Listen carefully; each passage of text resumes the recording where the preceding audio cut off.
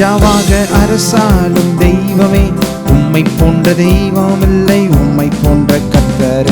ராஜாதி ராஜாவாக அரசாளும் தெய்வமே, உம்மை போன்ற தெய்வம் இல்லை, உம்மை போன்ற. ராஜ்யம் வல்லமை மாட்சிமை உமதே. ராஜ்யம் வல்லமை மாட்சிமை உமதே. ராஜாதி ராஜாவாக அரசாளும் தெய்வமே, உம்மை போன்ற தெய்வம் இல்லை, உம்மை போன்ற கர்த்தரில். ராஜாதி ராஜாவாக அரசாளும் தெய்வமே, உம்மை போன்ற தெய்வம் இல்லை, உம்மை போன்ற கர்த்தரில்லை.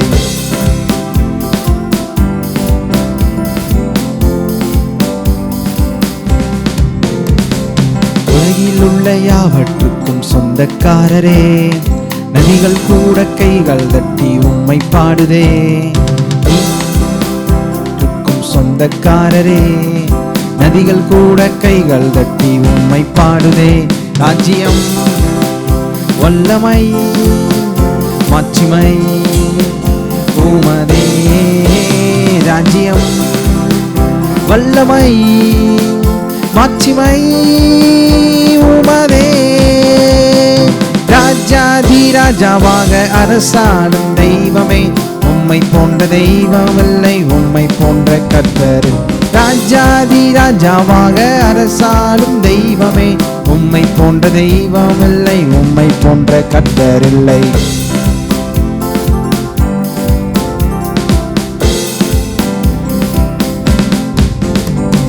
நீதியுள்ள ராஜாவாக ஆளும் தெய்வமே, இரக்கம் முருக்கம் தயவு எல்லாம் உம்மில் தான் உண்டே.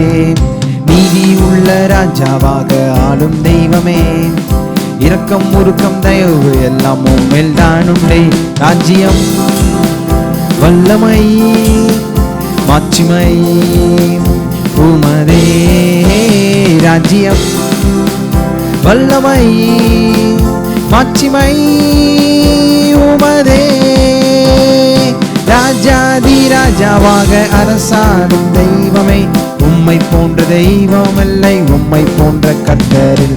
ராஜாதி ராஜாவாக அரசாளும் தெய்வமே, உம்மை போன்ற தெய்வம் இல்லை, உம்மை போன்ற கர்த்தரில்லை.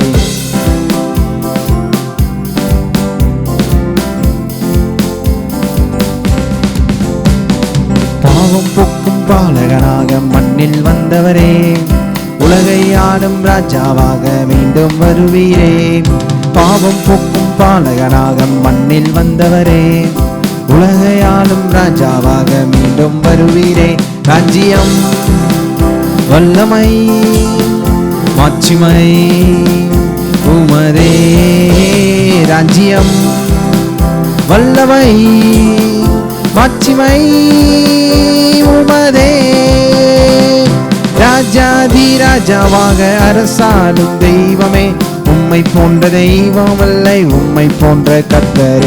ராஜாதி ராஜாவாக அரசாளும் தெய்வமே, உம்மை போன்ற தெய்வம் இல்லை, உம்மை போன்ற கர்த்தர் இல்லை.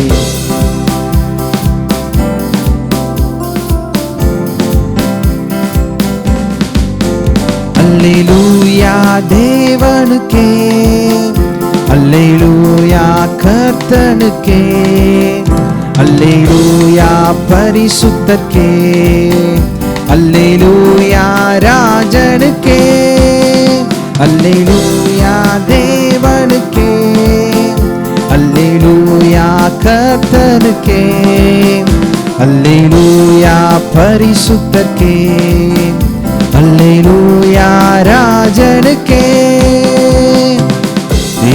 தேவனை துதித்திடுவோம், சபையில் தேவன் எழுந்தருள ஒரு மனதோடு அவன் நாமத்தை துதிகள் செலுத்தி போற்றிடுவோம். ஒரு மனதோடு அவன் நாமத்தை துதிகள் செலுத்தி போற்றிடுவோம்.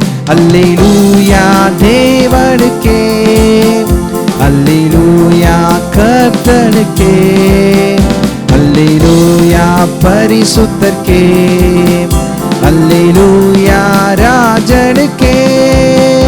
அல்லேலூயா தேவனுக்கே, அல்லேலூயா கர்த்தனுக்கே, அல்லேலூயா பரிசுத்தர்க்கே, அல்லேலூயா ராஜனுக்கே.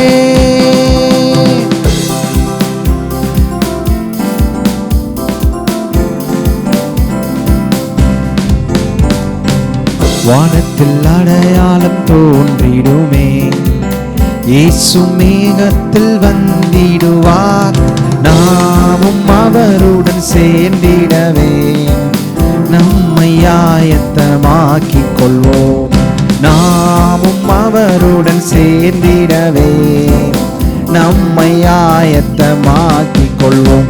அல்லேலூயா தேவனுக்கே, அல்லேலூயா கர்த்தனுக்கே, அல்லேலூயா பரிசுத்தர்க்கே, அல்லேலூயா ராஜனுக்கே, அல்லேலூயா தேவனுக்கே, அல்லேலூயா கர்த்தனுக்கே, அல்லேலூயா பரிசுத்தர்க்கே, அல்லேலூயா. எல்லாம் சேர்ந்து அல்லேலூயா தேவனுக்கே, அல்லேலூயா கர்த்தனுக்கே, அல்லேலூயா பரிசுத்தர்க்கே, அல்லேலூயா ராஜனுக்கே, அல்லேலூயா தேவனுக்கே, அல்லேலூயா கர்த்தனுக்கே, அல்லேலூயா பரிசுத்தர்க்கே, அல்லேலூயா ராஜன். மீண்டுமாக அல்லேலூயா தேவனுக்கே, அல்லேலூயா கர்த்தனுக்கே, அல்லேலூயா பரிசுத்தர்க்கே, அல்லேலூயா ராஜனு. கடைசி முறை அல்லேலூயா தேவனுக்கே, அல்லேலூயா கர்த்தனுக்கே, அல்லேலூயா பரிசுத்தர்க்கே, அல்லேலூயா ராஜனுக்கே.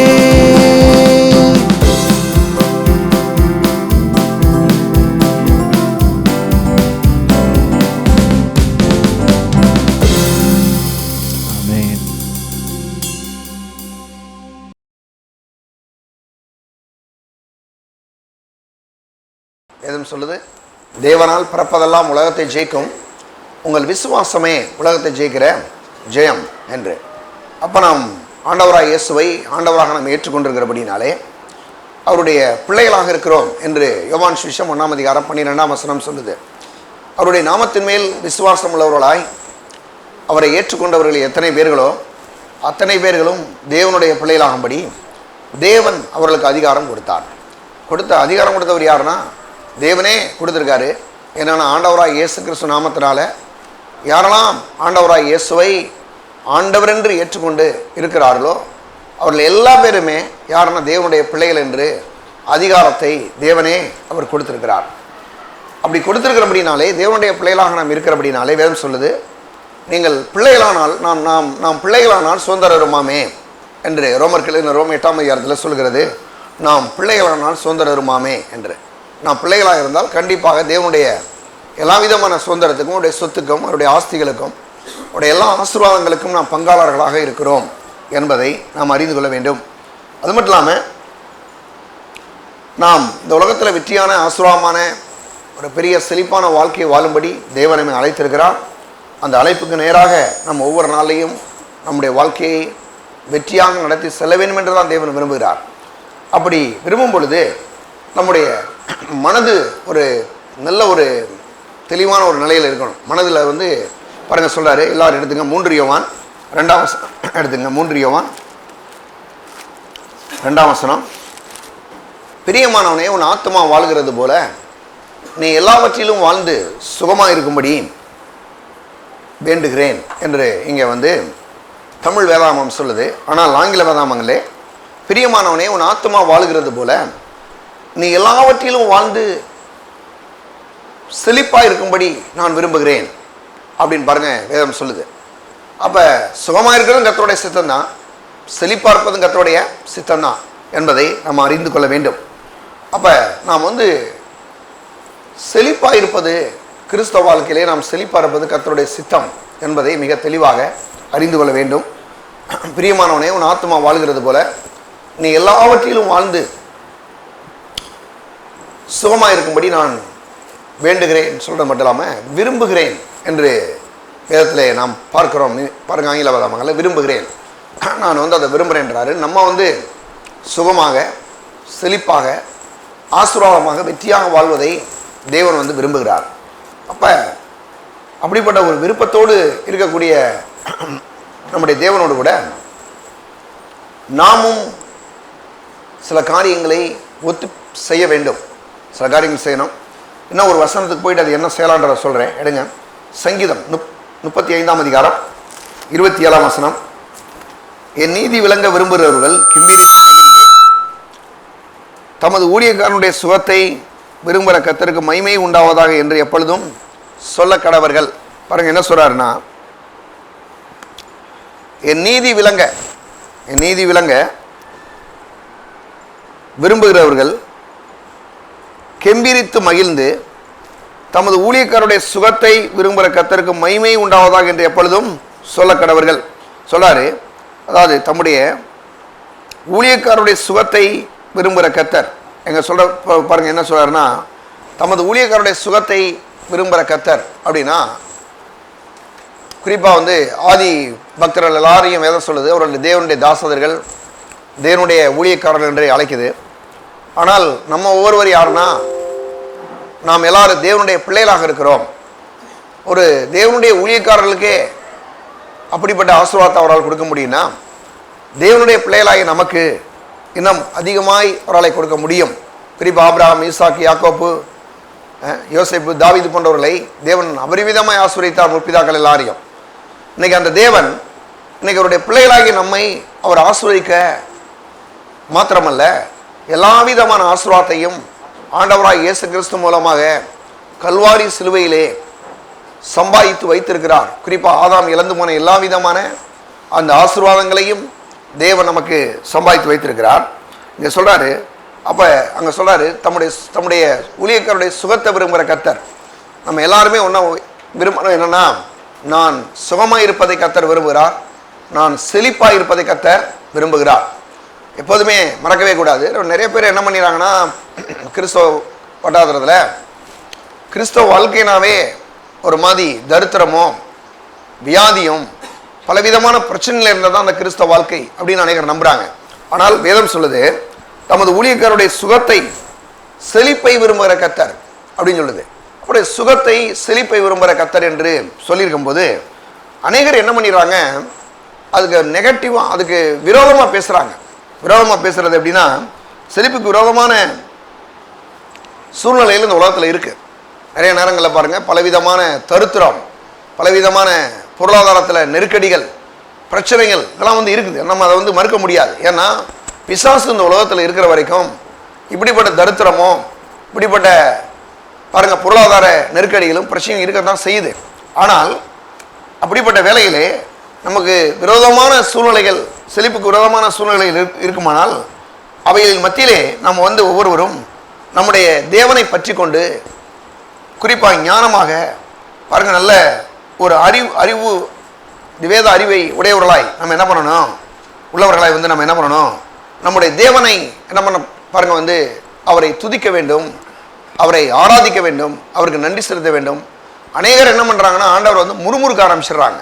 ஐயோ, எனக்கு இவ்வளோ பிரச்சனை இருக்கே, இவ்வளோ பண தேவை இருக்கே, இவ்வளோ கஷ்டம் இருக்கே, இந்த ஆண்டவர்கிட்ட வந்ததானா இவ்வளோ பிரச்சனைக்கு காரணம் அப்படின்னு சிலர்லாம் ரட்சிக்கப்பட்டதவே அவங்க வந்து ஒரு மாதிரி என்ன யோசிக்கிறாங்கன்னா, ஐயோ ரட்சிக்கப்படாமல் இருந்திருக்கலாமோ அப்படின்ற அளவுக்குலாம் இன்றைக்கி மக்கள் நினைக்கிறாங்க.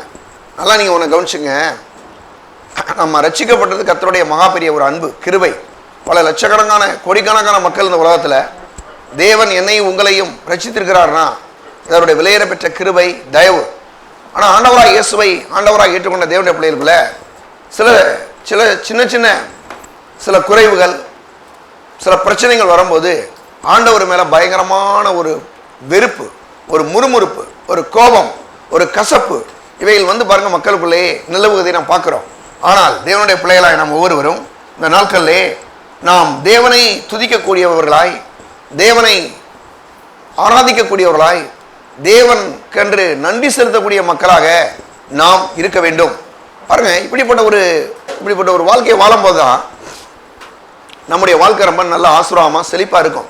ஆனால் அநேகருக்கு என்ன ஆயிருதுன்னா பாருங்க, சின்ன பிரச்சனை வந்தால் கூட ஆண்டவர் மேலே பயங்கரமான கோபம், பயங்கரமான கசப்பு. இனிமேல் ஜெபம் பண்ணணுமா வேணாமா, சபைக்கு போகலாமா வேணாமா, ஆராதிக்கலாமா வேணாமா, பைபிள் படிக்கலாமா வேணாமா, எல்லாத்தையும் தூக்கி எறி அப்படின்னு அநேகருடைய முறுமுறுப்பை நாம் பார்க்கிறோம். அப்படி தேவனுடைய பிள்ளைகளே, நான் சொல்றேன், இந்த பிரச்சனைகளுக்கு காரணம் யாரு? ஆண்டவரா காரணம்? இல்லை. காரணம் யாருன்னா பிசாசு தான் காரணம். ஒருவேளை சில தவறுகள் நீங்களே கூட சில நேரங்களில் ஒரு சின்ன தவறுகள் பண்ணியிருக்கலாம் இல்லையா? அந்த தவறு நிமித்தம் சில காரியங்கள் நடந்திருக்கலாம். அதுக்கு எல்லாத்துக்குமே கடவுளை தான் செஞ்சார் நம்ம சொல்ல முடியுமா? முடியாது இல்லையா? ஆண்டவர் யார் கூட திட்டவட்டமாக பேசுகிறாரு, ஆண்டவர் மேலே முறுமுறுக்காய்ங்க, ஆண்டவரை நல்லா துதிக்க ஆரம்பிங்க, ஆண்டவரை நல்லா ஸ்தோத்தரிங்க, ஆண்டவருக்கு நன்றி செலுத்துங்க. இப்படிப்பட்ட காரியங்களை நாம் செய்யும்போது நான் சொல்கிறேன், நாம் தேவனுடைய செழிப்புக்கு பங்காளர்களாய் நாம் இருக்கிறோம். அது மட்டும் இல்லாமல் நாம் ஒவ்வொருவரும் எந்த சூழ்நிலையும் தேவனை ஆராதிக்கக்கூடிய மக்களாய், துதிக்கக்கூடிய மக்களாய், நன்றி செலுத்தக்கூடிய மக்களாக, ஒரு ஞான அறிவு நிறைந்த ஒரு மக்களாக நாம் இருக்க வேண்டும். ரொம்ப ஆண்டவர் பாருங்க, அதான் இன்னைக்கு செழிப்புக்கு முக்கியமான ஒரு விஷயம் என்னன்னா, சிலர்லாம் ஒரு சின்ன விஷயத்துக்கு கூட பாருங்க ஒரு மாதிரி ஆண்டவர் மேலே கோபப்படுவாங்க. எவனாவது ஒருத்தர் சம்பளம் கொடுக்காம இருந்திருப்பான், அது கூட ஒரு நாள் திட்டு, ஆண்டவரையே திட்ட வேண்டியது. நான் சொல்றேன் பாருங்க, பிசாசு இந்த உலகத்தில் இருக்கிற வரைக்கும் சில நேரங்களில் சில தவறுகளை அவன் நடத்தி வைக்கிறான். ஆனால் தேவனுடைய பிள்ளையிலே எந்த தீமைகளுக்கும் எந்த பிரச்சனைகளுக்கும் ஆண்டவர் காரணம் அல்ல. ஆண்டவர் நல்லவர். வேதம் சொல்லுது, கர்த்தர் நல்லவர் என்பதை ருசித்து பாருங்கள், அவருமே நம்பிக்கையா இருக்கிற மனுஷன் பாக்கியவான். இப்ப கர்த்தர் நல்லவர்னா நான் சொல்றேன், தேவனுடைய பிள்ளையிலே இந்த உலகத்தில் இருக்க எந்த பிரச்சனைக்கும் அவர் காரணம் அல்ல, அவர் நல்லவர் இல்லையா?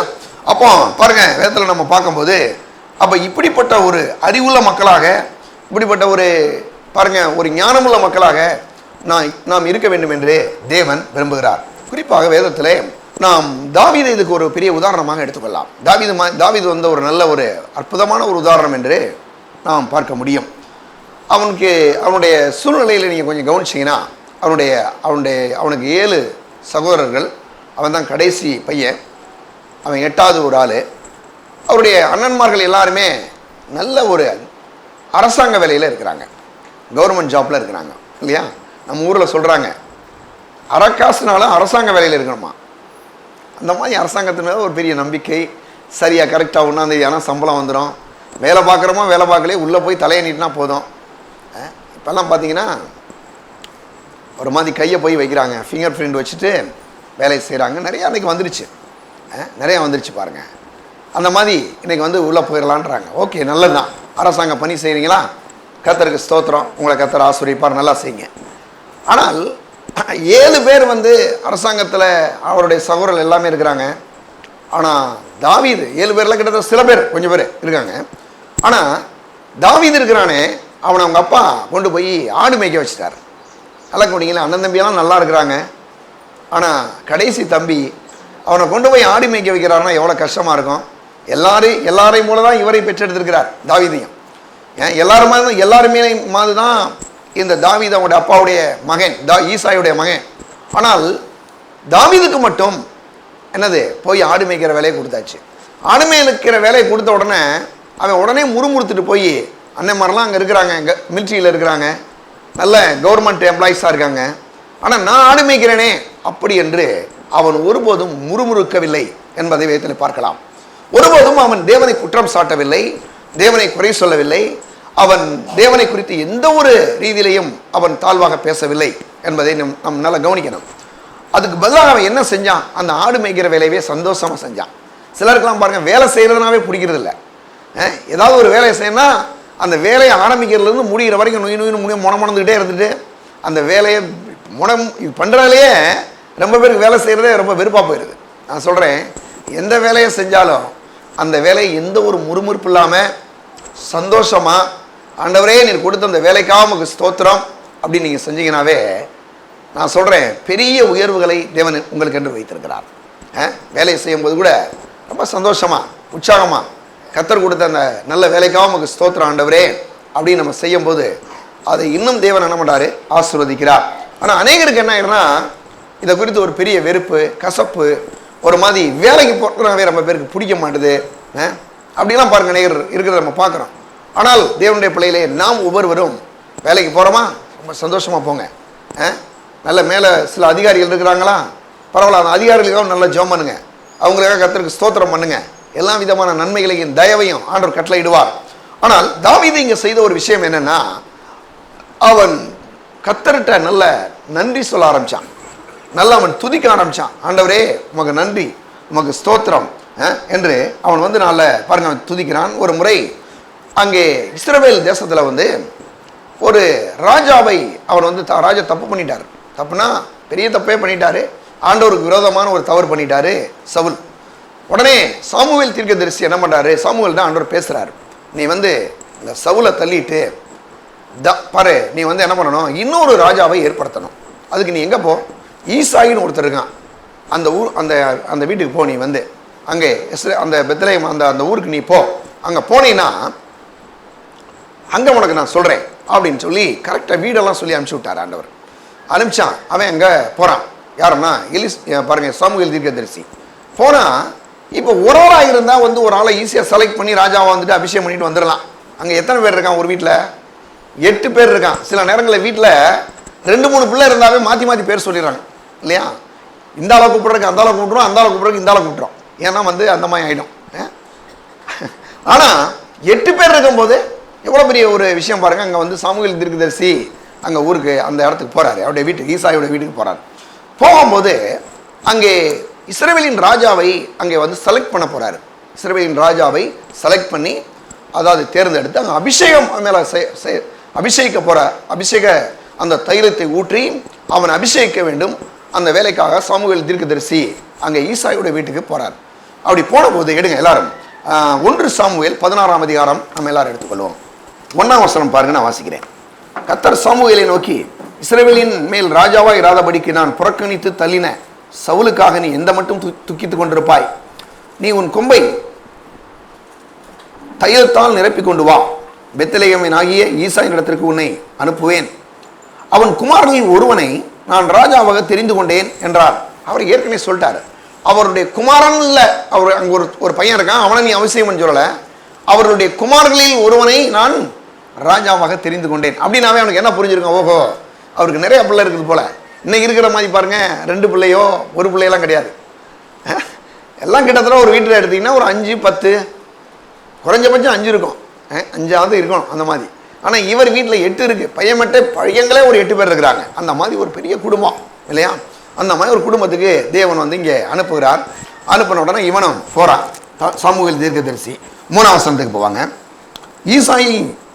ஈசாயை பலிவிருந்துக்கு அழைப்பாயாக, அப்பொழுது நீ செய்ய வேண்டியதை நான் உனக்கு அறிவிப்பேன், நான் உனக்கு சொல்லுகிறவனை எனக்காக அபிஷேகம் பண்ணுவாயாக என்றார்.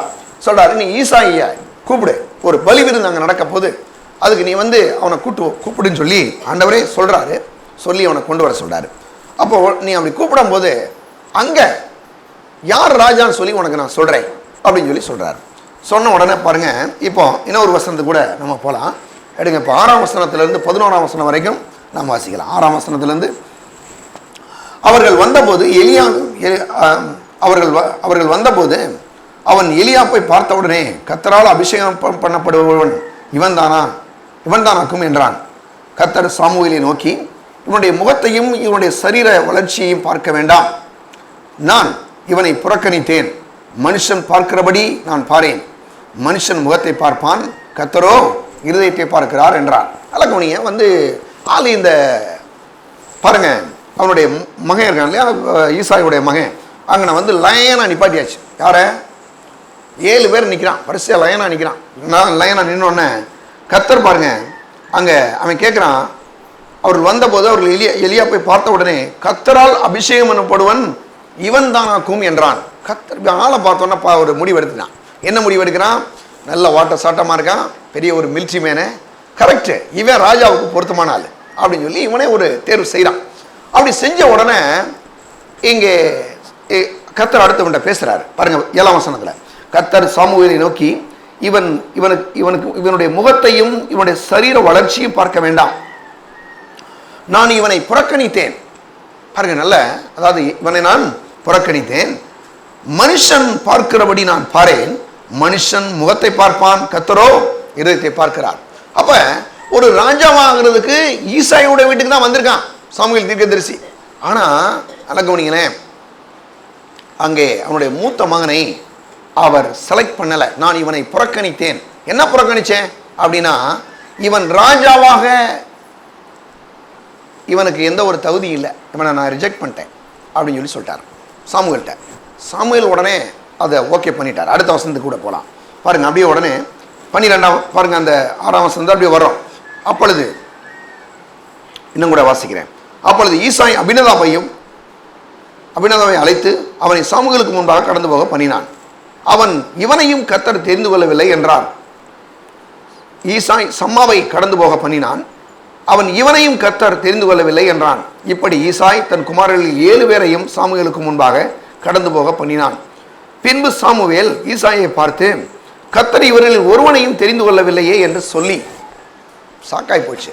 நம்ம சரியான அட்ரஸ் எல்லாம் வந்திருக்கோமா, இல்லை ஒருவேளை வேற எவனாவது ஈசாயின்னு இருக்கிறானா, என்ன பெரிய பிரச்சனையா இருக்கு அப்படின்ட்டு, சரியா 7 பேர் இருக்கிற 7 பேர் தான் அவன் பிள்ளைகளா, இன்னும் எத்தனை பேர் இருக்காங்க அப்படின்னு வந்து கேட்குறான்.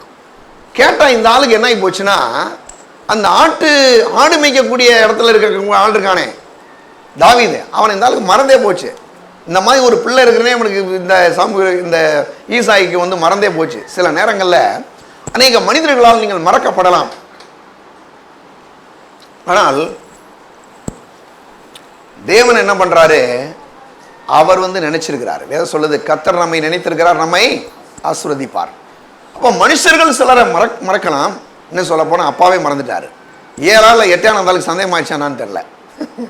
பெரிய பிரச்சனை, மறந்தாச்சு.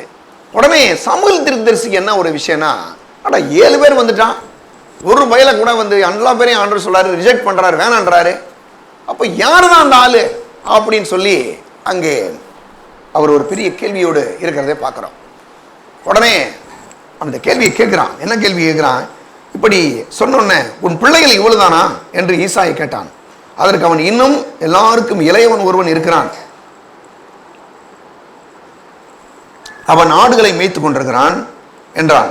அப்பொழுது சாமுவேல் ஈசாயை நோக்கி ஆள் அனுப்பி அவனை அழைப்பி, அவன் இங்கே வருமட்டும் நான் பந்தி இருக்க மாட்டேன். நல்ல கவனிங்களேன், ஒரு பெரிய பயங்கரமான விஷயம். என்ன சொல்றான், அந்த தாவீது வர்ற வரைக்கும், அந்த அந்த அந்த கடைசி பையன் இருக்கான் இல்லையா, அவன் வர்ற வரைக்கும் நான் இந்த பந்தியில் நான் உட்கார மாட்டேன் அப்படின்னு சொல்லிட்டு அப்படியே உட்காந்துட்டான். ஏன்னா ஒருவேளை இந்த ஆள் அவனை விட்டுருங்க, இத்தனை பேரை ஆண்டவரை ஏற்றுக்கல போது அப்புறம் அவனுக்கு என்ன தகுதி இருக்க போகுது, அவன் தான் ஒரு ஆடு மேய்க்கிறாளே, அவனுக்கு என்ன தகுதி இருக்கும் அப்படின்னு அவன் நினைச்சிருவான்னு சொல்லி அங்கே ஒரு விஷயத்தை அவன் செய்கிறான். என்னன்னா, அவன் வர்ற வரைக்கும் நான் சாப்பிட மாட்டேன் அப்படின்னு சொல்லி ஒரு இதை வைக்கிறான். வச்ச உடனே பாருங்க 12ஆம் வசனத்தில், ஆள் அனுப்பி அவனை அழைப்பித்து அவன் சிவந்த மேனியும் அழகிய கண்களும் நல்ல ரூபமுள்ளவனாய் இருந்தான்.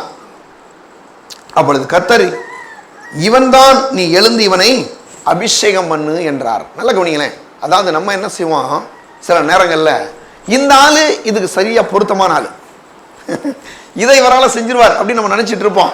ஆனா கர்த்தருடைய திட்டம் வேறமா இருக்கும்.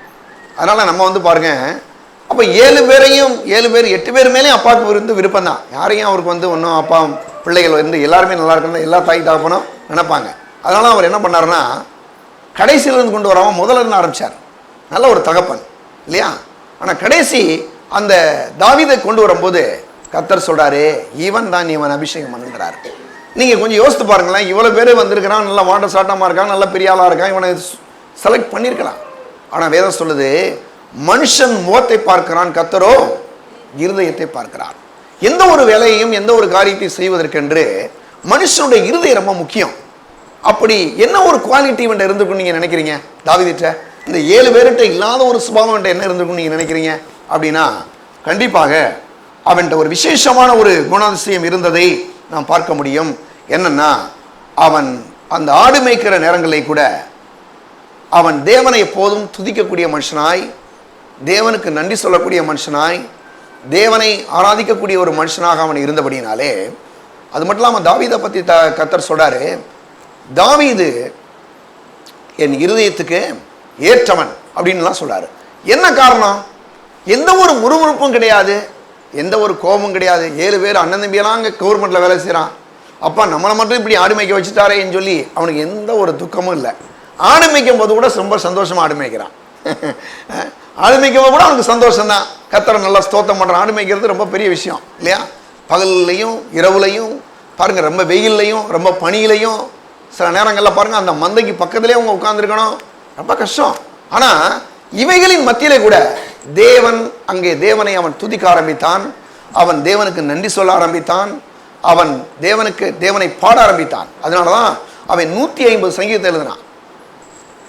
பாருங்க, 1-2 இல்லைங்க, பெரிய ஒரு புஸ்தகம் இருக்கிறதுல வேதாகமத்தில் இருக்கக்கூடிய அதிகமான ஒரு அதிகாரம் கொண்ட ஒரு புத்தகம் சங்கீதம் தான்.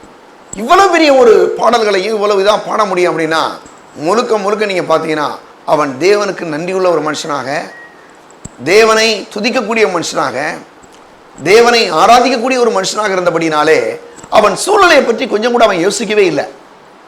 வெயில் அடிக்குது, மழை பெய்யுது, பனி இருக்குது, அப்படி இருக்கு இப்படி இருக்கு, ஆடு மேய்க்கிற வேலை தானே இருக்குது அப்படின்னு சொல்லி அவன் தன்னை குறித்தோ தன்னுடைய பாருங்க அதாவது தொழிலை குறித்தோ அவனுக்கு எந்த ஒரு அற்பமான எண்ணமே இல்லை. நான் சொல்றேன், தேவனுடைய பிள்ளைகளே, நீங்க எல்லாருமே வேலை செய்யும் போது உங்களுக்கு கடவுள் கொடுத்துருக்கிற அந்த நல்ல வேலைக்காக கர்த்தருக்கு ஸ்தோத்திரம் பண்ணுங்க. காலையில் எந்திரிச்சு வேலையை ஆரம்பிக்கும் போதே, ஆண்டவரே நீர் கொடுத்த அந்த வேலைக்காக உமக்கு நன்றி ஸ்தோத்திரம், அப்படி ஆரம்பிங்க. நீங்க ஆரம்பிச்சு பாருங்களேன், அது சின்ன வேலையா இருந்தா கூட கடவுள் அதை பெருசாக்கிடுவார், பெருசாக்குவார். அப்போ அந்த அவனை தேவன் அறிந்து கொண்டு அவனை தெரிந்து கொண்டு 13ஆம் வசனத்தில் பார்க்கிறோம். அங்கே அப்பொழுது சாமுவேல் தைல கொம்பை எடுத்து 12ஆம் வசனத்திலே பாருங்க வாசிக்கும்போது ஆள் அனுப்பி அவனை அழைப்பித்தான். அவன் சிவந்த மேனியும் அரிய கண்களும் நல்ல ரூபமுள்ளவனாக இருந்தான். அப்பொழுது கர்த்தர் இவன் தான், நீ எழுந்து இவனை அபிஷேகம் பண்ணு என்றார். அப்பொழுது சாமுவேல் தைல கொம்பை எடுத்து அவன் சகோதரர் நடுவிலே அபிஷேகம் பண்ணினான். அந்நாள் முதற்கொண்டு கர்த்தருடைய ஆவியானவர் தாவீதின் மேல் இறங்கி இருந்தார். சாமுவேல் எழுந்து ராமாவுக்கு போய்விட்டான். அல்ல அங்க அப்பொழுது சாமுவேல் தைல கொம்பை, அந்த நாட்கள்ல ஒரு தைலம் இருந்துச்சு. என்ன தைலம்னா ஒரு அபிஷேக தைலம். அந்த தைலம் யாருக்கு பயன்படுத்தப்பட்டுச்சுன்னு சொன்னா, ஒன்று ஆசாரியர்களுக்கு என்று பயன்படுத்தப்பட்டுச்சு, தீர்க்கதரிசிகளுக்கு என்று பயன்படுத்தப்பட்டுச்சு, 3வது ராஜாக்களுக்காக பயன்படுத்தப்பட்டுச்சு. இந்த ராஜால பாருங்க, தாவீதை அந்த தைலத்தை ஊத்தி அவன் மேல அபிஷேகம் பண்ண உடனேயே அந்த நாள் முதற்கொண்டு கர்த்தருடைய ஆவியானவர் அவன் மேலே என்ன பண்ணிட்டாரு, வந்துட்டார். வந்தா பாருங்க, வேதம் சொல்லுது, அங்கே வேதத்துல பார்க்கிறோம், அவன் சகோதரர் நடுவிலே அபிஷேகம் பண்ணினான். அந்நாள் முதற்கொண்டு கர்த்தருடைய ஆவியானவர் தாவீதின் மேல் இறங்கி இருந்தார். சாமுவேல் எழுந்து ராமாவுக்கு போய்விட்டான். சகோதரர் எல்லா பேர் இருக்கிறாங்க. சகோதரர்லாம் என்ன நினைச்சிருப்பாங்க நீங்க நினைக்கிறீங்க? என்னடா இத்தனை பேரும் இல்லாம நம்ம எல்லாம் எவ்வளவு படிச்சிருக்கிறோம், எவ்வளவு திறமசாலிகள், எவ்வளவு பெரிய ஆள்கள், நம்மளை போய் விட்டுட்டு இந்த ஆடு மேய்க்கிற பயில போய் இந்த ஆண்டவர் போய் இப்படி தெரிஞ்சுக்கிட்டாரு, இவருக்கு கொஞ்சமாவது விவரம் இருக்கால இல்லையா அப்படின்னு கூட நினைச்சிருக்கலாம். ஆனா தேவன் ரொம்ப விவரமான ஆளா இல்லையா? நம்மளோட ரொம்ப விவரமான ஆளு. ஒரு விஷயத்தை நீங்க செய்யும் போது ஒரு ஆளை சூஸ் பண்றாரு, ஒரு காரியத்தை செய்யும்படி நீங்க இருக்கிறீங்க, உங்களை ஏதோ ஒரு முக்கியமான காரியத்தை உங்களை செய்யும்படி உங்க கடவுள் வச்சிருக்காருன்னா, கடவுள் ஒன்று முட்டாள் கிடையாது. மனுஷர்களுக்கு அறியாத ஒன்றை தேவன் உங்களுக்கு இன்னும் வைத்திருக்கிறார். அவங்களுக்கு தெரியாத விஷயம் தெரியாது, அவர் போய் செஞ்சிருவாரு, இவரால் முடியுமா அப்படின்னு நினைக்கிற யோசிச்சுட்டு இருப்பாங்க.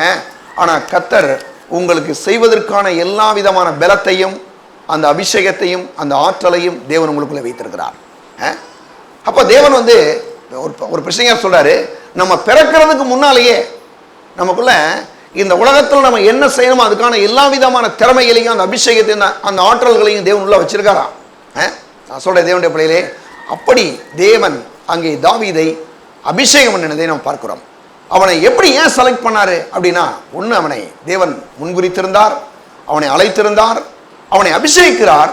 இன்னொரு விஷயத்தை கவனிச்சிங்கன்னா, அவன் எல்லா நேரங்களிலையும் தேவனை துதிக்கக்கூடியவனாய், ஆராதிக்கக்கூடியவனாய், தேவனுக்கு நன்றி செலுத்தக்கூடிய மக்கனாய், அவன் தேவனுக்கு ஒரு பிரியமான மனுஷனாக அவன் நடந்து கொண்டான். அதனாலதான் கர்த்தர் அவன் என்ன பண்ணாருங்க, தெரிந்து கொண்டார். அது மட்டும் இல்லாம அடுத்து இன்னொரு விஷயம் அவனை பற்றி சொல்லப்பட்டிருக்கு. எடுங்க, சங்கீதம் 78ஆம் அதிகாரம், எல்லாரும் அப்படி திருப்பலாம். சங்கீதம் 78ஆம் அதிகாரம் 70ஆம் வசனத்துல இருந்து 72ஆம் வசனம் வரைக்கும் நான் வாசிக்கிறேன். தம்முடைய தாசனாகிய தாவீதை தெரிந்து கொண்டு ஆட்டு தொழுவங்களில் இருந்து அவனை எடுத்தார். கரவல் ஆடுகளின் பின்னாக திரிந்த அவனை தம்முடைய ஜனமாகிய யாக்கோப்பையும் தம்முடைய சுதந்திரமாகிய இஸ்ரவேலையும் மேய்ப்பதற்காக அழைத்து கொண்டு வந்தார். இவன் அவர்களை தன் இருதயத்தின் உண்மையின்படியே மேய்த்து தன் கைகளின் திறமையினால் அவர்களை நடத்தினான். நல்லா கவனிச்சு பாருங்க தேவனுடைய பிள்ளைகளே. அதாவது அங்க சொல்லப்பட்டிருக்கு அந்த 70ஆம் வசனத்துல, தம்முடைய தாசனாகிய தாவீதை தெரிந்து கொண்டு ஆட்டு தொழுவங்களிலிருந்து அவனை எடுத்தார். எடுக்கும்போது எப்படி எடுத்தாரு? ஒரு ஆட்டு தொழுவத்தில் ஆடு மேய்ச்சிட்டு இருந்த ஒரு ஆளை எடுத்தார். அடுத்து பாருங்க 71ஆம் வசனம், கரவலாடுகளின் பின்னாக திரிந்த அவனை தம்முடைய ஜனமாகிய யாக்கோப்பையும் தம்முடைய சுதந்திரமாகிய இஸ்ரவேலையும் மேய்ப்பதற்காக அழைத்து கொண்டு வந்தார். எப்படி பாருங்க, ஆடு மேய்க்கிறது கூட ஒரு சில திறமைகள் வேணும். என்ன சொல்றாங்க, சில நேரங்கள் ஆட்டு மந்தைகளை நல்ல கெடாக்கள் இருக்கும், அது கொஞ்சம் வேகமாக போகும். அப்புறம் சின்ன குட்டியெல்லாம் இருக்கும். சில நேரங்களில் சில ஆடுகள் என்ன பண்ணியிருக்கோம், அது சினை பிடிச்சிருக்கும். சில ஆடுகள் சின்ன குட்டிகளை, பால் குடிக்கிற குட்டியெல்லாம் வச்சுருக்கோம். அங்கே சொல்கிறாரு அந்த தாவீது வந்து ரொம்ப இங்கே ஒரு விஷயத்தை ரொம்ப கரெக்டாக சொல்லாமல் பார்க்கும்போது, கரவலாடுகளின் பின்னாக திரிந்த அவனை அப்படின்றார். அப்படின்னா என்னன்னா, இந்த மாதிரி சின்ன இந்த குட்டி போட்ட அந்த ஆடுகள்லாம் இருக்குல்ல, இது ரொம்ப கொஞ்சம் வேகமாக போகாதான், அது கொஞ்சம் ஸ்லோவாக மெதுவாக போகும்னு சொல்கிறாங்க. அதால் வேகமாக ஓட முடியாது ரொம்ப. ஏன்னா அந்த குட்டியெல்லாம் பின்னால் வருது பார்த்தீங்கன்னா, அதை இழுத்துட்டு போகணுமே, அது வேற மியான்னு கத்திட்டு பாருங்க, பெரிய ஏகப்பட்ட பிரச்சனை பண்ணோம்.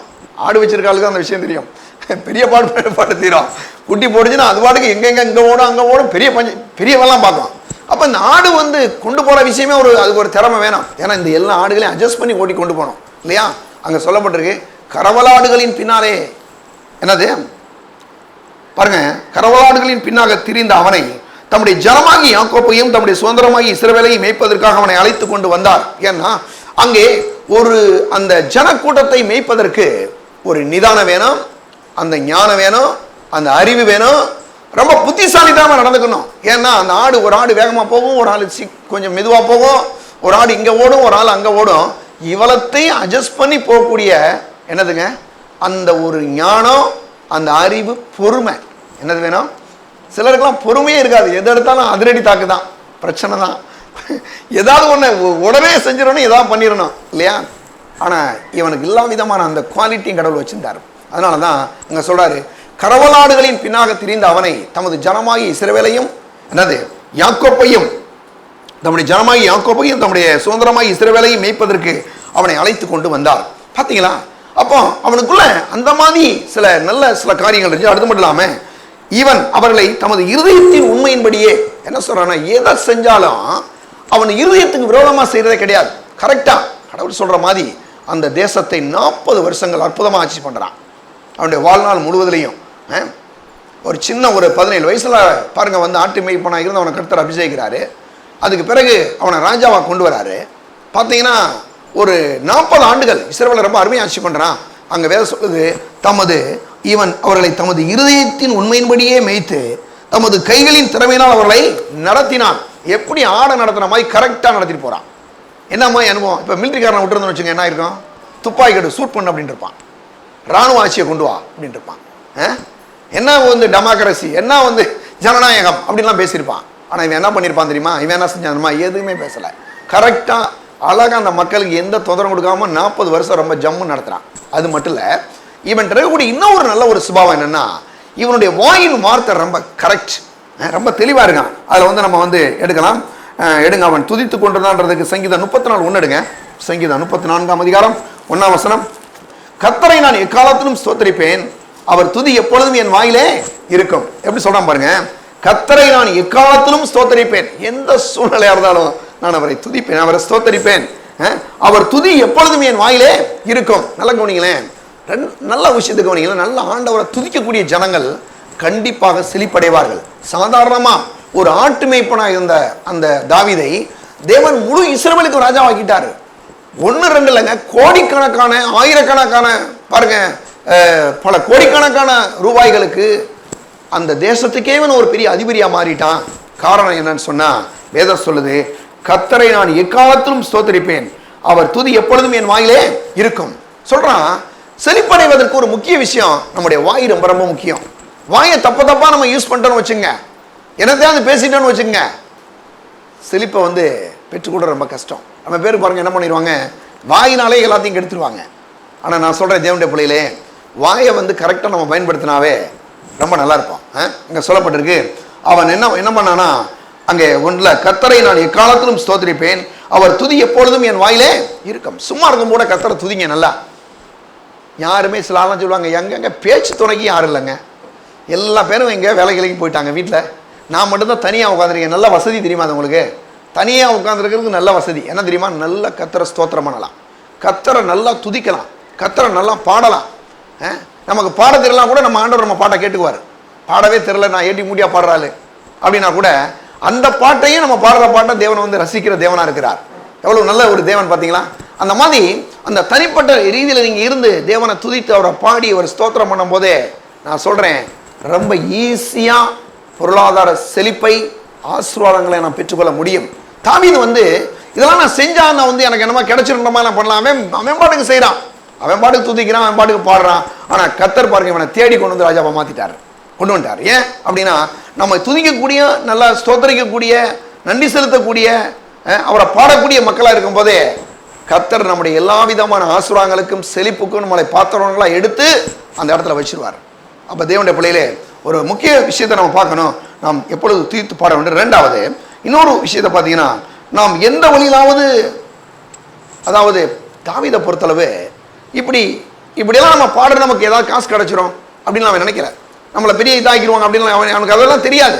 ஆனால் அவன் தேவனை உண்மையாக பாடினான், அவன் உண்மையாக துதித்தான், அவன் உண்மையாக நன்றி செலுத்தினான், அவன் உண்மையாக தேவனை ஸ்தோத்தரித்தான். அதனால என்ன நடந்துச்சு தெரியுமா? ஆட்டு மேய்ப்பனாய் இருந்த அவனை தேவன் ராஜாவாக அபிஷேகம் பண்ணினார். அப்போ உயர்வுன்றது எங்க இருக்குங்க அப்படின்னா, செழிப்புன்றது எங்க இருக்கு, ஆசீர்வாதம் எங்க இருக்கு? யாராவது தேடி போய் அவங்க பின்னால போய் அவங்கள எப்படியாவது அவங்கள்ட்ட போய் ஏதோ ஒன்று செஞ்சு அவங்கள்ட்ட எப்படியாவது வாங்கிடணும், அதை பண்ணி, அப்படி கிடையாது.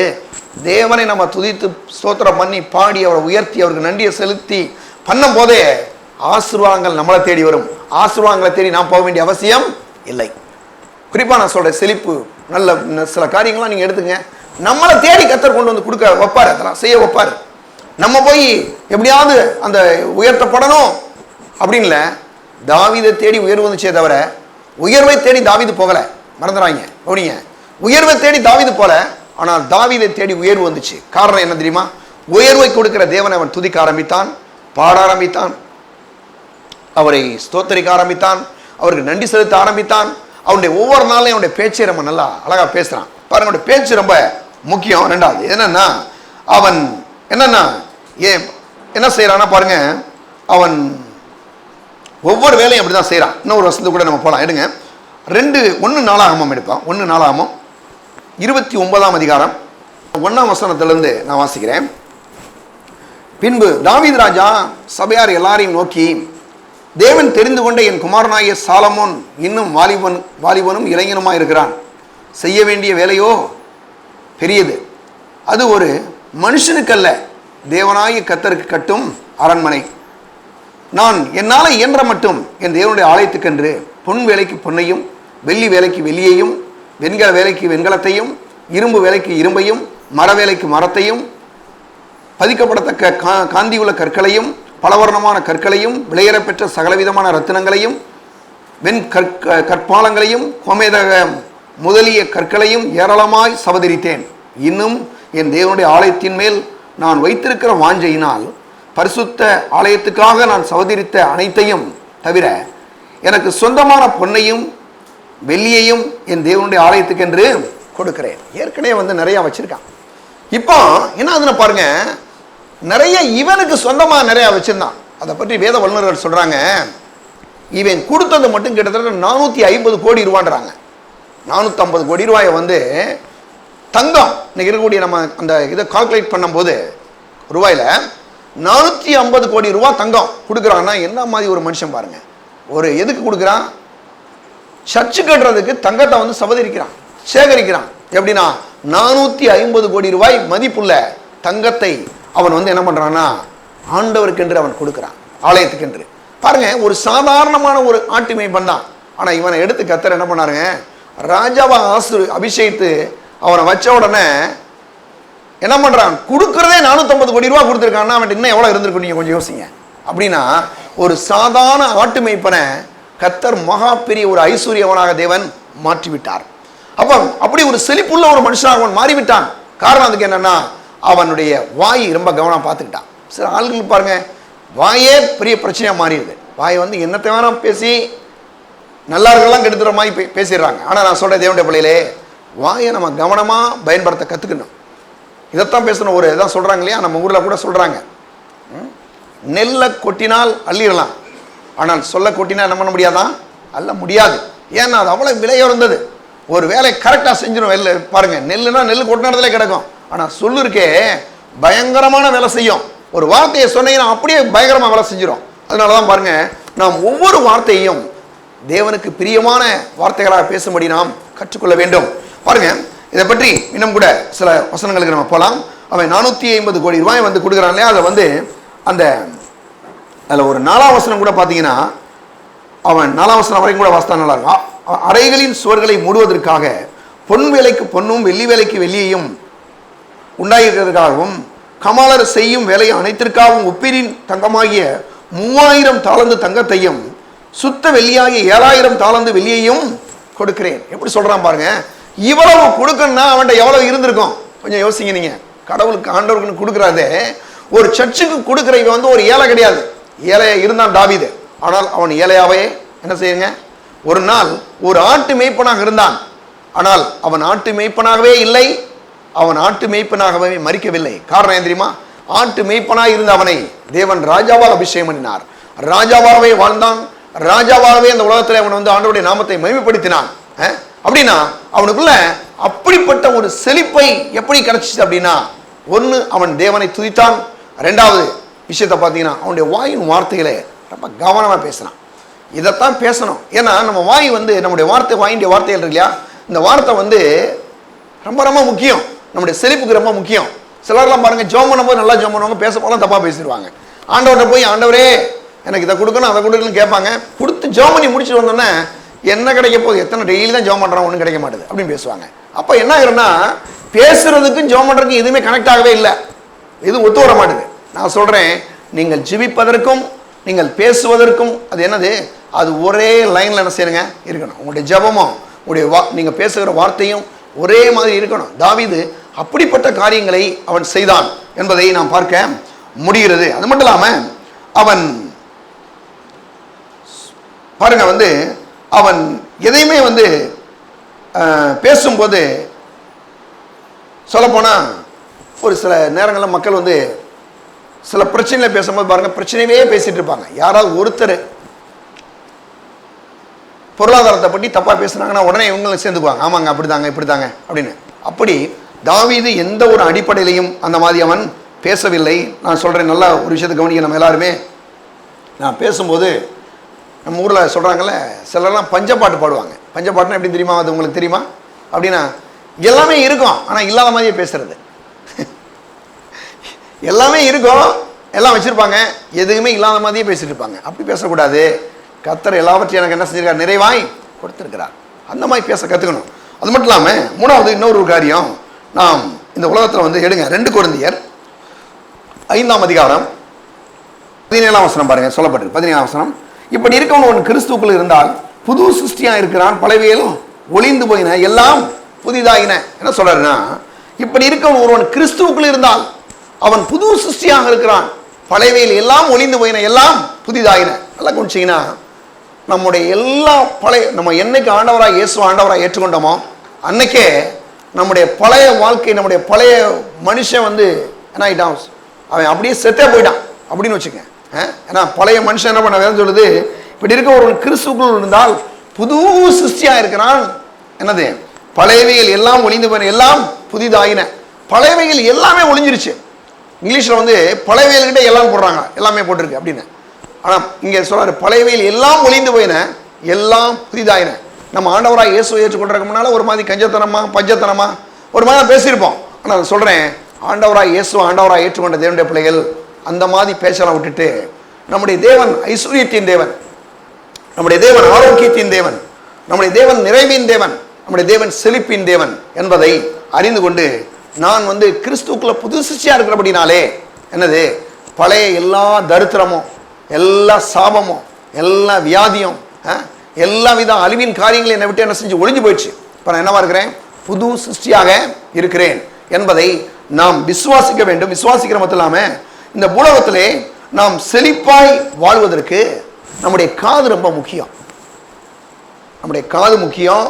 அது மட்டும் இல்லாமல் நம்முடைய வாய் ரொம்ப முக்கியம். நம்முடைய மனது முக்கியம்.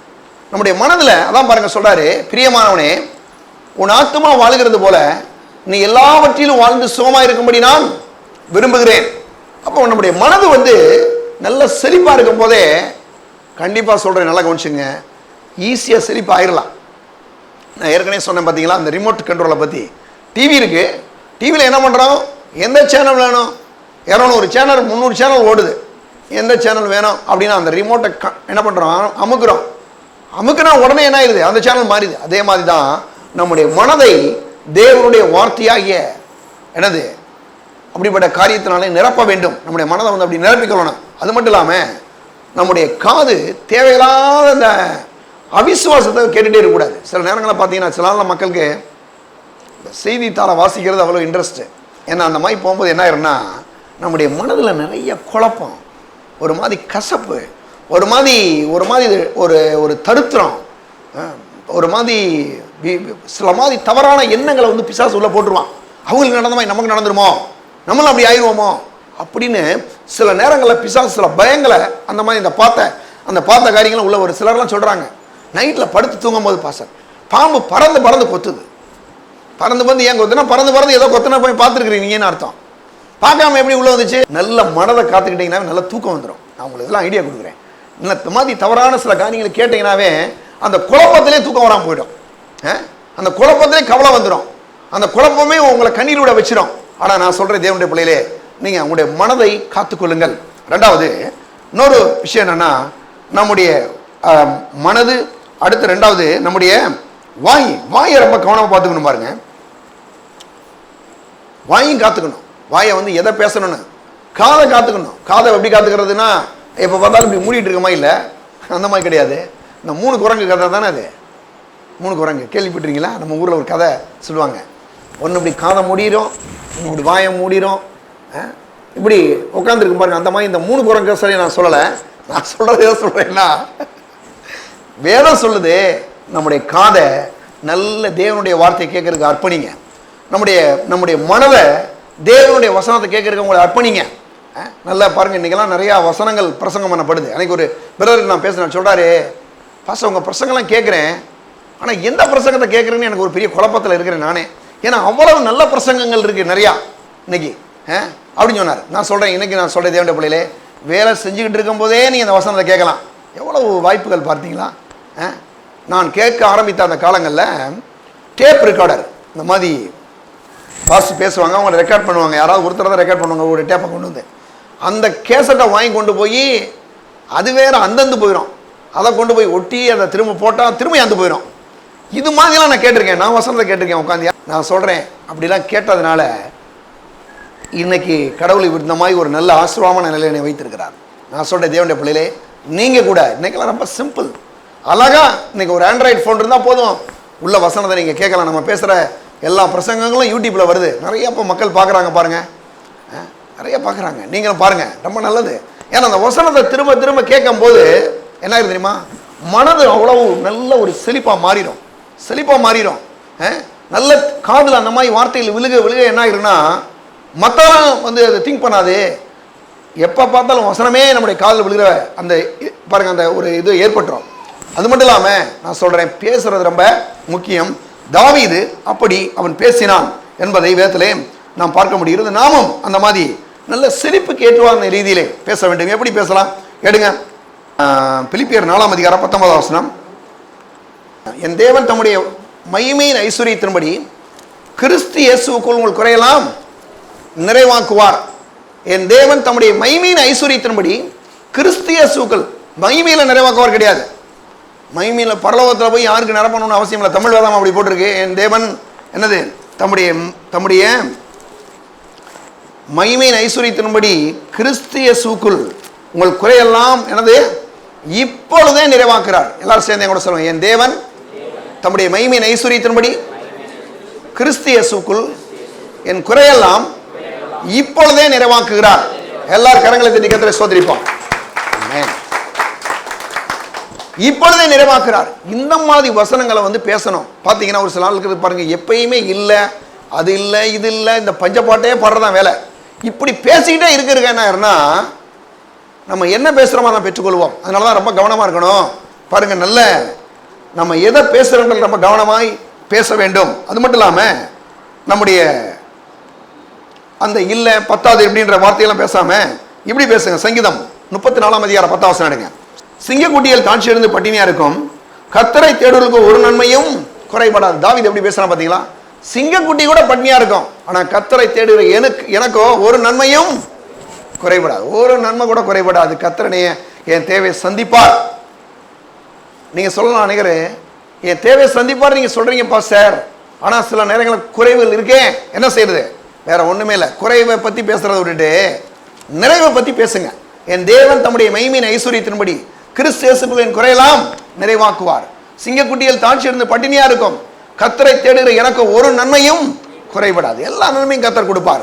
பாருங்க, இப்படி பேச கற்றுக்கொள்ள வேண்டும். சங்கீதம் மத்தேயு சுவிசேஷம் எடுங்க, 6ஆம் அதிகாரம் 6:33 சொல்றாரு, முதலாவது தேவனுடைய ராஜ்யத்தையும் அவருடைய நீதியும் தேடுங்கள், அப்பொழுது இவையெல்லாம் உங்களுக்கு கூட கொடுக்கப்படும் சொல்றாரு. முதலாவது தேவனுடைய ராஜ்யத்தையும் அவருடைய நீதியும் தேடுங்கள், அப்பொழுது இவையெல்லாம் உங்களுக்கு கூட கொடுக்கப்படும்.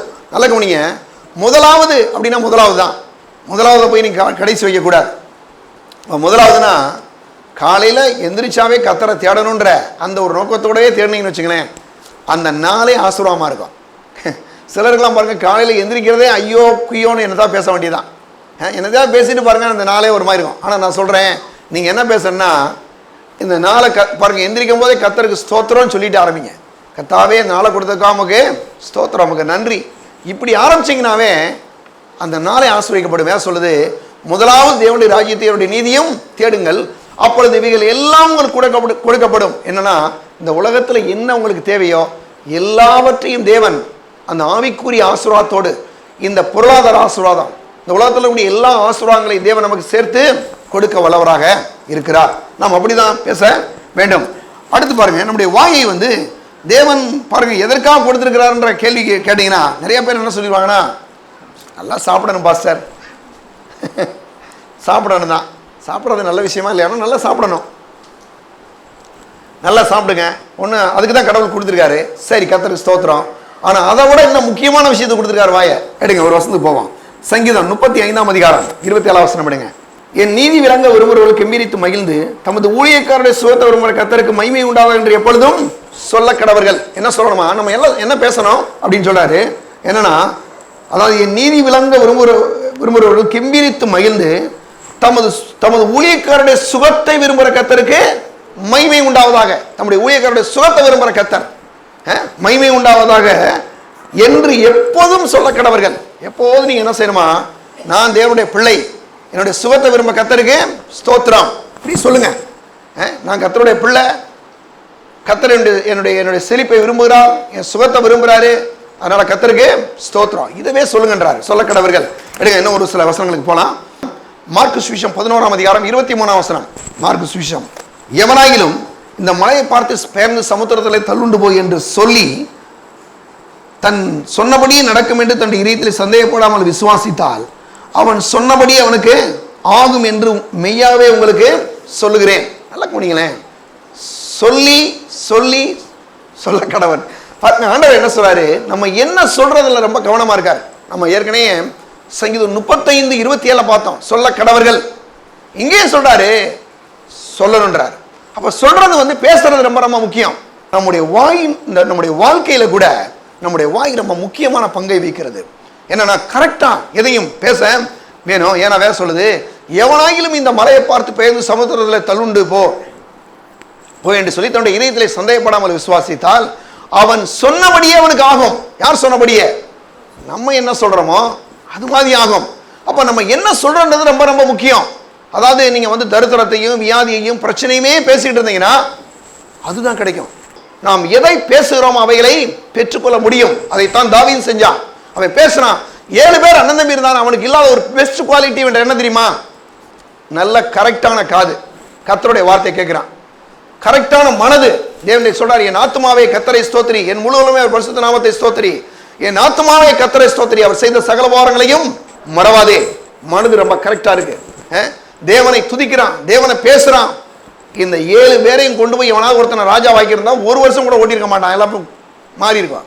ஆனா 40 வருஷம் அற்புதமா ஆட்சி பண்றாங்க. ஏன்னா இவனுடைய வாய், இவனுடைய காது, இவனுடைய மனது எல்லாம் கர்த்தரை சார்ந்து கொண்டிருக்கிறது. நான் சொல்றேன், இன்னைக்கு தேவனுடைய பிள்ளையிலே நாம் அப்படி சார்ந்து கொள்ளும் போது கர்த்தருடைய அந்த வார்த்தைக்கு நேராய் நம்முடைய மனதை, நம்முடைய வாயை, நம்முடைய காதை இவையில வந்து கர்த்தருக்கு அர்ப்பணிக்கும் போது, அவையில தேவனுடைய வார்த்தையை நிரப்பும் போது, நான் சொல்றேன், செழிப்பு சாதாரணமா வந்துடும். சில வசனங்களை நாம் பார்த்து முடிச்சிருவோம். எடுங்க நீதிமொழிகள் 18ஆம் அதிகாரம், சீக்கிரம் எடுங்க, 2-3 வசனம் பார்த்து முடிச்சிருவோம். 21ஆம் வசனம் ஆடுங்க, எடுப்போம். 18, 21 நான் வாசிக்கிறேன். மரணமும் ஜீவனும் நாவின் அதிகாரத்தில் இருக்கும், அதில் பிரியப்படுகிறவன் அதன் கனியை புசிப்பான். மரணமும் ஜீவனும் எங்க இருக்குதா? நாவின் அதிகாரத்தில் இருக்கு. எதை நீங்கள் பேசுகிறீர்களோ, நீங்க ஜீவனை பத்தி பேசினா ஜீவன் உண்டாகும், கண்டிப்பா உண்டாகும். மரணத்தை குறித்து நீங்க பேசினாங்கன்னா மரணம் உண்டாகும். நான் சொல்றேன், நம்ம எதை பத்தி பேசினா ஜீவனை பற்றி பேச வேண்டும். பேச சொல்லுது, மரணமும் ஜீவனும் நாவின் அதிகாரத்தில் இருக்கிறது, அதில் பிரியப்படுகிறவன் அதன் கனியை புசிப்பான். நல்லா கவனிச்சீங்கன்னா, அதாவது அதில் பிரியப்படுகிறவன் அதன் கனியை புசிப்பானா, நீங்க என்ன பிரியப்படுகிறீங்கன்றதை அதை வந்து கரெக்டா பேசணும். கரெக்டா என்ன பண்ணுங்க, பேசணும். நீங்க ஜீவனோடு, நீங்க ஜீவனை பற்றி பேசும்போது ஜீவன் பெருகும், பொருளாதாரத்தை பேசும்போது பொருளாதாரம் பெருகும், செழிப்பு வரும், சுகம் வரும், ஆசீர்வாதம் வரும், அவையிலே நீங்க பேசும்போது. அப்ப எதை பேசுறன்றது ரொம்ப ரொம்ப முக்கியம். தேவனுடைய பிள்ளையிலே நம்ம எல்லாருமே மிக கவனமாக பேச கற்றுக்கொள்ள வேண்டும். அது மட்டும் இல்லாம எடுங்க, இன்னொரு வசனத்துக்கு போகலாம் சீக்கிரமா. கர்த்தரின் ஆசீர்வாதமே ஐஸ்வரியத்தை தரும், அதனோட வேதனையை கூட்டார் சொல்றாரு. கர்த்தரின் ஆசீர்வாதமே ஐஸ்வரியத்தை தரும், அதனோட ரொம்ப பேருக்கு பாருங்க, பணக்காரங்களா இருக்கிறதே ரொம்ப பேருக்கு பிடிக்கல. ஏன்னா பணம் கொடுக்கறத யாரோ பேய் பிசாசு கொடுக்குற மாதிரி நினைச்சிட்டு இருக்காங்க. கிடையாது. வேதம் சொல்லுது, கர்த்தரின் ஆசீர்வாதமே ஐஸ்வரியத்தை, என் கூட சொல்லுங்க. ரொம்ப பேருக்கு பாருங்க பயம். என்ன பயம்னா, ஒருவேளை பிசாசு கொடுத்துருமோ? பிசாசு ஒரு நாள் ஒருத்தன் கொடுக்கவே மாட்டான். அவன் பிசாசு திருட்டு பையன். வேதம் சொல்லுது, அவன் திருடவும் கொல்லவும் அழிக்கவும் வருவானே, வேற ஒன்றுக்கு வரான். நானோ அவைகளுக்கு ஜீவன் உண்டாயிருக்கவும் அது பரிபூர்ணப்படாதேன்னு சொல்றாரு. அப்படின்னு நல்லா உன்னை கவனிச்சுங்க தேவனுடைய பிள்ளைகளே. ஒருபோது பிசாசு யாருக்கு எந்த நன்மை செய்யறதே இல்லை. ஆனா வேதம் சொல்லுது, கர்த்தரின் ஆசீர்வாதமே ஐஸ்வரியத்தை தரும், அதனுடைய வேதனையை கூட்டார். கர்த்தருடைய ஆசீர்வாதம் ஒரு தேவனுடைய பிள்ளை மேல இருந்துச்சுன்னா கண்டிப்பாக ஐஸ்வர்யவான்களா இருப்போம். எல்லாரும் சேர்ந்து சொல்லுங்க, நான் கர்த்தருடைய பிள்ளை, கர்த்தருடைய ஆசீர்வாதம் என் மேல இருக்கிறது, அதனாலே ஐஸ்வரியத்தை தேவன் எனக்கு கொடுக்கிறார், அதனால் ஒரு நாளும் எனக்கு எந்த தீமையும் உண்டாகாது. எல்லாரும் கரங்களை தட்டி கர்த்தரை ஸ்தோத்திரிப்போம். பணம் வர்றதுனால யாருக்கு எந்த பிரச்சனை வரப்போறது இல்லை. கண்டிப்பா நான் சொல்றேன், பணம் இருந்துச்சுன்னா நல்லது. பணம் வந்து வேற சொல்லுது, பணம் எல்லாவற்றுக்கும் உதவும் அப்படின்னு போட்டிருக்கு. அப்ப பணம் நல்லதுதான். பண ஆசை தான் பிரச்சனை இல்லையா? பணம் நல்லது, சரி. அது மட்டும் இல்லாம பாருங்க, ஐஸ்வர்யத்தை கொடுக்குறார் தேவன். வந்து தருகிற ஐஸ்வர்யம் வந்து அது வேதனை இல்லாத ஐஸ்வர்யம். ஆண்டவர் மட்டும் நம்மளை ஆசீர்வதிச்சாருன்னா அது அந்த அந்த பணத்தினால ஒரு நாள் நமக்கு எந்த ஒரு தீமையும் வரவே வராது. சிலர்லாம் பாருங்க, இந்த உலகத்து மனுஷன் இருக்கான்லாம், அவன் போய் பாருங்க பணம் பணம் பணம் அடிச்சு என்னத்தையாவது சிலர்லாம் உயிரே விட்டுறான் பணத்துக்காண்டி.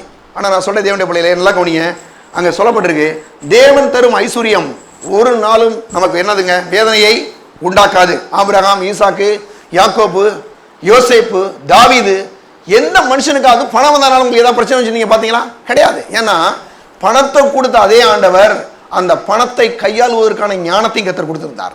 புரிஞ்சுக்கிட்டீங்களா? நீங்க பணம் வருதுனாவே என்னன்னா அதை கையாளுவதற்கான ஞானத்தை ஆண்டவர் என்ன செய்யறாருங்க, கொடுக்கிறார்.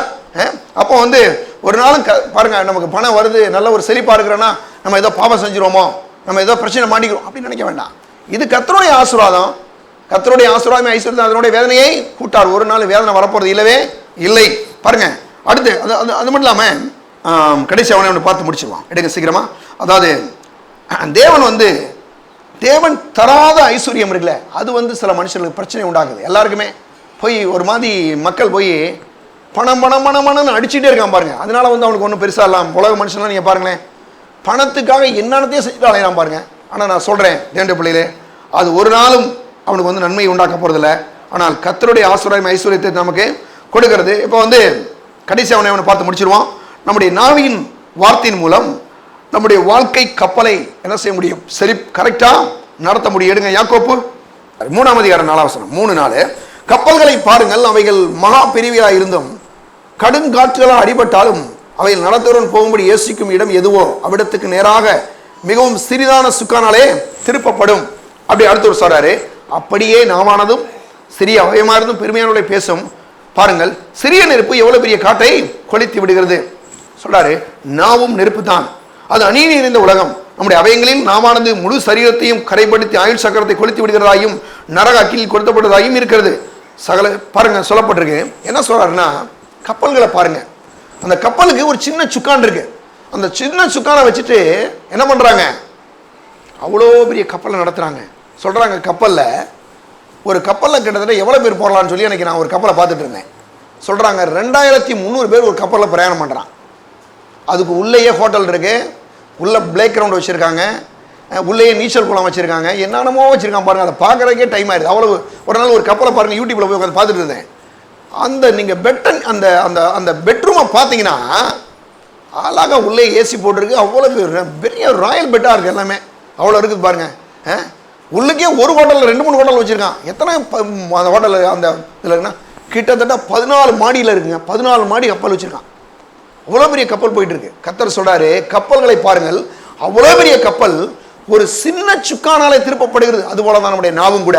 அப்போ சகலவிதமான பொருளாதார ஆசீர்வாதங்கள், செழிப்பு, சுகம், நீடி ஆயுள், பலம் எல்லாமே வேணும்னா ஒன்னே ஒன்று செய்யுங்க, உங்களுடைய நாக்கை சரியா பயன்படுத்துங்கன்னு சொன்னாரு. நீங்க பேசுறது எப்படி பேசலாம், கடைசியாக தாவீது எப்படியெல்லாம் பேசலாம் பாருங்க. சங்கீதம் 17ஆம் அதிகாரம் 3ஆம் வசனம் சீக்கிரம் எடுங்க.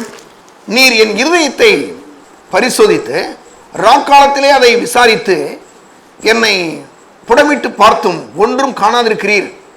என் வாய் மீறாதபடிக்கு தீர்மானம் பண்ணினேன். என்ன பண்ணணுமா, வாய் மீறாதபடிக்கு தீர்மானம் பண்ணணுமா.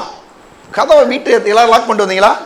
இங்க சொல்றாரு, தாவீது சொல்றாரு, உங்க நாக்கு உங்களுடைய வாய் மீறாதபடிக்கு என்ன செய்யணுமா, தீர்மானம் பண்ணுங்கன்றாரு. தீர்மானம்னா நம்ம தான் டிசைட் பண்ணணுமா, நம்ம தான் தீர்மானம் பண்ணணுமா, எதை பேசுறோம் எதை பேசக்கூடாதுன்றதுல நாம் தீர்மானம் செய்ய வேண்டும். அவன் தாவீது சொல்றான், என் நான் பாருங்க, என் வாய் மீறாதபடிக்கு தீர்மானம் பண்ணினேன். என் வாய் என்னது, தவறான வார்த்தையில பேசிடக்கூடாது என்று சொல்றான். சரியான வார்த்தையை பேசணும். அடுத்து சங்கீதம் 141ஆம் அதிகாரம் 3ஆம் வசனம். 141:3 நான் அங்க வாசிக்கிறேன். கர்த்தாவே என் வாய்க்கு காவல் வையும், என் உதடுகளின் காவலை, என் உதடுகளின் வாசலை காத்துக்கொள்ளும். கர்த்தாவே என் வாய்க்கு காவல் வையும், என் உதடுகளின் வாசலை காத்துக்கொள்ளும். கர்த்தரே சொல்லணுமா, நம்ம ஒரு நாள் ஜெபம் பண்ண, ஆண்டவரே என் வாயை காத்துக்குங்க ஆண்டவரே. என்னது அடுத்து சொல்றாரு, என் உதடுகளின் வாசலை காத்துக்கொள்ளும். இந்த உதடுங்க இது ஒரு டோர் மாதிரி, இதை நீர் என்ன செய்யும் காத்துக்கொள்ளும் சொல்லி கர்த்தரை ஜெபம் பண்ணணுமா. ஆண்டவரே நீர் இந்த வாயை, இந்த உதடுகளை என்ன செய்யும் காத்துக்கொள்ளும், நான் எதை பேசன்னு சொல்லி எனக்கு உதவி செய்ய ஆண்டவரே. அப்படி ஒரு ஜெபத்தை தாவீது பண்ணினான். அதனாலதான் அவனுடைய வாழ்க்கையிலே அவ்வளவு பெரிய செழிப்பு. ஒரு ஆட்டு மேய்ப்பனா இருந்த தாவீதை தேவன் ராஜாவாக, மகா பெரிய ஒரு ஐஸ்வர்யவனாக கர்த்தர் மாற்றினார். என்ன காரணம்னா அவனுடைய வார்த்தையை நீங்க கொஞ்சம் பாருங்களேன் எப்படி பேசியிருக்கானு. இன்னும் ஒரே ஒரு வசனம், சங்கீதம் 19ஆம் அதிகாரம் 14ஆம் வசனம், 19-14. என் கண்மலையும் என் மீட்பருமாகிய கர்த்தாவே, என் வாயின் வார்த்தைகளும் என் இருதயத்தின் தியானமும் உமது சமூகத்தில் பிரதியாயிருப்பதாக. என்ன சொல்றான் அப்படின்னா, என் கண்மலையும் என் மீட்பருமாகிய கர்த்தாவே, என் வாயின் வார்த்தைகளும் என் இருதயத்தின் தியானமும் சமூகத்திலே பிரதியா இருப்பதாக. உமக்கு பிடிச்சிருக்கட்டும், நான் பேசுற பேச்சும் நான் நினைக்கிற நினைவுகளும் அது உமக்கு பிரியமா இருக்கட்டும். அப்படி இருந்தாவே கண்டிப்பா செழிப்பு தானாவே வந்துடும். நம்ம பேருக்கு செழிப்பே இல்லாததுக்கு என்ன காரணம்னா, அவங்களுக்கு மனது பிரச்சனை, வாய் பிரச்சனை, காது பிரச்சனை, கண்ணும் பிரச்சனை, எல்லாம் தப்பு தப்பா எல்லாத்தையும் பார்த்துட்டு எல்லாத்தையும் கேட்டுட்டு எல்லாம் போட்டு குழப்பிக்கிட்டே இருக்கிறாங்க. ஆனா நான் சொல்றேன், கர்த்தருடைய வார்த்தையை மட்டும் சார்ந்து கொள்வேமே ஆனால், நான் சொல்றேன், நல்ல தேவனுடைய வார்த்தையை மனதில் தியானிங்க, தேவனுடைய வார்த்தையை நல்ல கேளுங்க, நல்ல தியானிங்க, தேவனுடைய வார்த்தையை பேசுங்க. அது மட்டும் இல்லாம நல்ல தேவனை துதிக்க கற்றுக்கொள்ளுங்கள். செழிப்பை தேவன் என்ன செய்வாருங்க, நம்ம கேட்காமலேயே தேவன் கொடுப்பார். நான் சொல்றேன், தாவீதுடைய தேவன் நம்முடைய தேவனாய் இருக்கிறார். கர்த்தர் உங்களை ஆசீர்வதிப்பார். எல்லாரும் எழுதி நிற்கலாம், ஜெபம் பண்ணலாம். பரலோக பிதாவே, உம்மை ஸ்தோத்திரிக்கிறோம், உமக்கு நன்றி செலுத்துகிறோம். நல்லவரே உம்மை ஸ்தோத்திரம். செழிப்பின் தேவனை உம்மை உயர்த்துகிறோம். கர்த்தருடைய ஆசீர்வாதமே ஐஸ்வரியத்தை தரும், அதனோடு வேதனையை கூட்டார் என்று வாசிக்கிறோமே ஆண்டவரே. இந்த நாளில் கூட நல்லவரே, நம்முடைய ஜனங்களுடைய வாழ்க்கையிலே ஐஸ்வரியத்தை நீர் கட்டளையிட முடியாது நாங்கள் ஜெபிக்கிறோம். ஆவியிலே, ஆத்மாவிலே, சரீரத்தில், கையின் பிரயாசங்கள்ல உடைய ஜனங்களை ஆசீர்வதிப்பீராக. தாவீதுடைய தேவன் எங்கள் தேவனா இருக்கிறபடியால் உம்மை ஸ்தோத்திரிக்கிறோம். நல்லவரே, ஆட்டு மேய்ப்பனாயிருந்த தாவீதை எடுத்து இஸ்ரவேலில் அபிஷேகித்து அவனை 40 ஆண்டுகளே ராஜாவாய் அவனை வழிநடத்தின தேவன் இந்த நாளில் எங்களை ஒவ்வொருவரையும் கூட அப்படியாய் ஆண்டவரே ராஜாதி ராஜாவாய கத்தாதி கத்தாவாய தேவன் எங்களை ஒவ்வொருவரையும் ஆசீர்வதிக்கிற தேவனா இருக்கிறபடியால் ஸ்தோத்திரிக்கிறோம். உடைய ஜனங்கள் வாழ்க்கையிலே எல்லா விதமான பொருளாதார தேவையை சந்திப்பீராக, ஆசீர்வதிப்பீராக. ஆண்டவரே, நீர் அப்படி செய்யறதுக்காக நன்றி செலுத்துகிறோம். இயேசுவின் நாமத்தில் ஜெபிக்கிறோம் பிதாவே, ஆமென். உடைய கர்த்தராகிய இயேசு கிறிஸ்துவின் கிருபையும் பிதாவாகிய தேவனுடைய அன்பும் பரிசுத்த ஆவியானவருடைய ஐக்கியமும் இப்பொழுதும் எப்பொழுதும் நம்மோடு கூட இருப்பதாக. ஆமென். இயேசு ராஜாவுக்கே, இயேசு ராஜாவுக்கே, இயேசு ராஜாவுக்கே. கர்த்தர் உங்களை ஆசீர்வதிப்பார்.